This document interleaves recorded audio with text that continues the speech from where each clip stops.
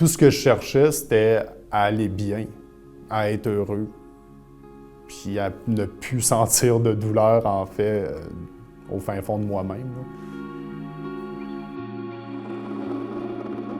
Le gros de mon histoire commence à 8 ans, quand ma mère a rencontré un Américain qu'elle a épousé très rapidement, qui était un homme très agréable. On s'est rendu compte rapidement qu'il était un alcoolique, drogué, violent. Et donc, pendant 2 ans, moi, j'ai été battu, violenté de différentes façons, qui m'a laissé beaucoup de séquelles par la suite, qui malheureusement n'ont pas été bien diagnostiquées dès le départ. J'ai pas reçu vraiment l'aide dont j'aurais eu besoin. Le peu d'aide que j'ai eu, on m'a diagnostiqué comme étant en dépression, alors que je n'étais pas du tout en dépression. J'avais en fait un syndrome de stress post-traumatique. Et à partir de là, j'ai trouvé mes propres façons de me médicamenter, donc la drogue, l'alcool, tout ça pour essayer de gérer la douleur qui vient avec tous les traumas. Éventuellement, à force de ne pas avoir réglé mes problèmes personnels, je me suis rendu compte que je commençais à reproduire certains comportements dont j'ai été victime quand j'étais jeune, donc des comportements qui étaient malheureusement plutôt violents.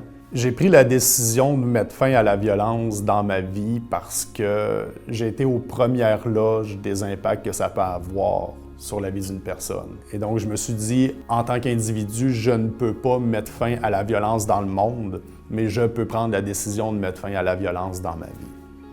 Dans mon cheminement, j'ai passé par 2 organismes communautaires ici à Québec. Le premier, ça a été le Centre social de la Croix-Blanche, qui est un organisme en santé mentale, où j'ai trouvé des ressources pour juste pouvoir sortir de la solitude, rencontrer des gens, faire des activités, bouger. Le deuxième organisme qui m'a été très salutaire, c'est Autonomie.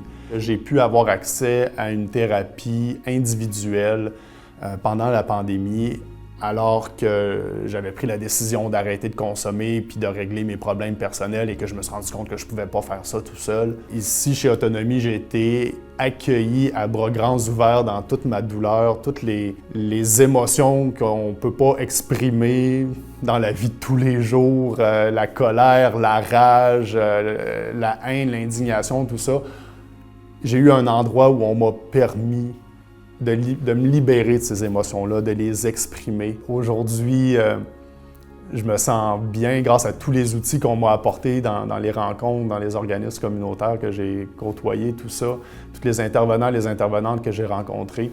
Tous les outils qu'on m'a apportés me permettent aujourd'hui d'être serein dans la vie. Donner à Centraide, pour moi, c'est essentiel parce que Centraide répartit les ressources entre plusieurs organismes, dont des organismes qui travaillent dans des causes pour lesquelles on ne pense pas spontanément à donner. C'est essentiel de venir en aide à toutes les personnes, entre autres pour les hommes violents.